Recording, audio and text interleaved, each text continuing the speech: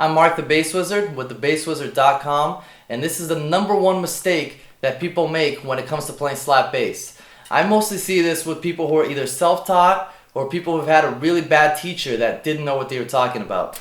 And you have to be really careful with that, because when you're looking for a teacher, you have to find someone who's really qualified and is a bass player and really understands and knows this instrument and knows what they're talking about. Because there's a lot of guitar players out there that think, oh, I can play bass, and they're looking to make a quick buck, so they'll take on bass students and teach them. But a lot of times, they really don't know what they're doing, and they'll teach you technique that's incorrect.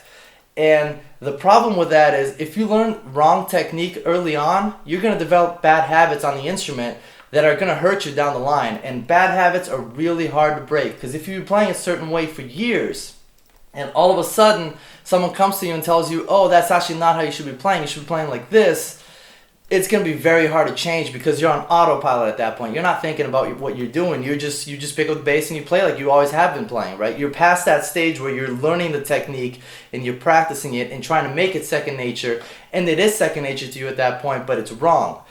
And that mistake is, people will play slap bass with their thumbs down like this.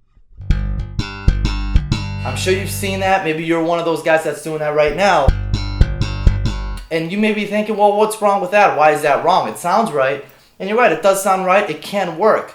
But when you get to a point where you're looking to take your slap bass playing to the next level, and you're listening to guys like Marcus Miller, and maybe you want to play a song like Power by Marcus Miller, which is... Now, that line right there uses a technique that's called double thumbing. And basically that technique is, you're going down with your thumb, and then you're going up. And if you're playing like this, you can already see what the problem is. I mean, you can't go down up because you're not even going down. You're just kind of bouncing off the string. You have no option of going down up. So you can't incorporate double thumbing into this technique. And if you've been doing this for a long time, believe me, I've had a lot of students in this position. They're doing this, and you tell them, well, actually, you should be playing like this and keeping your thumb parallel to the string and going through the string. You want to get into the habit of going through the string so that you can come back up. That's a very hard transition to make if you're used to doing this. If you've been doing this for years and you're in that autopilot mode where this is just how you play, that's really hard to change. So if you're making that mistake right now, try to correct that. Keep your thumb parallel to the string and go through the string. So that when you get to a more advanced level, when you're trying to incorporate the double thumbing, that's going to be a very easy transition for you.